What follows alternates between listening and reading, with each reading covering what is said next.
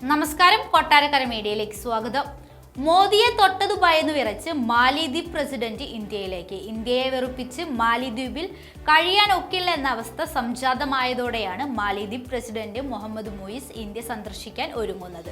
മാലിദ്വീപ് ഇപ്പോൾ വലിയ പ്രതിസന്ധിയിലേക്കാണ് പോകുന്നത്. അതുകൊണ്ട് തന്നെയാണ് മാലിദ്വീപ് പ്രസിഡന്റ് ഇന്ത്യയിലേക്ക് വരുന്നതും. എങ്ങനെയും ഇന്ത്യയെ ആശ്വസിപ്പിക്കുക എന്ന നീക്കമാണ് ഇപ്പോൾ നടക്കുന്നത്. പ്രധാനമന്ത്രി നരേന്ദ്രമോദിക്കെതിരെ മാലിദ്വീപ് മന്ത്രിമാർ നടത്തിയ വിവാദ പ്രസ്താവനകൾക്കെതിരെ ഉണ്ടായ പ്രതിഷേധങ്ങൾക്കൊടുവിൽ ഇന്ത്യയുടെ അതൃപ്തി എങ്ങനെയും പരിഹരിക്കാൻ മാലിദ്വീപ് നീക്കങ്ങൾ തുടങ്ങിക്കഴിഞ്ഞു. മാലിദ്വീപ് വിദേശകാര്യമന്ത്രി ചർച്ചയ്ക്ക് സന്നദ്ധത അറിയിച്ചു.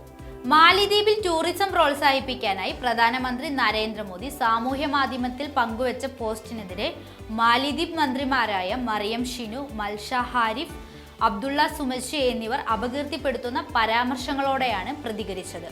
ഇതാണ് വിവാദങ്ങൾക്ക് തുടക്കമിട്ടത്. തുടർന്ന് പ്രസിഡന്റ് മുഹമ്മദ് മുയിസ് ഇവരെ സസ്പെൻഡ് ചെയ്യുകയും ചെയ്തു.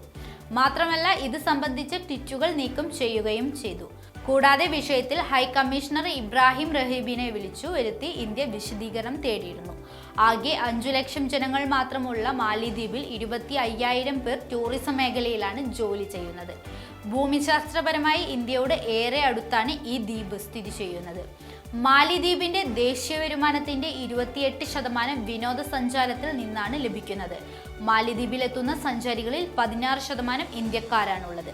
ടൂറിസം സഹകരണത്തോടെയാണ് മാലിദ്വീപ് മന്ത്രിമാരുടെ വിവാദ പരാമർശം ഗുരുതരമായി ബാധിച്ചിരിക്കുന്നത്.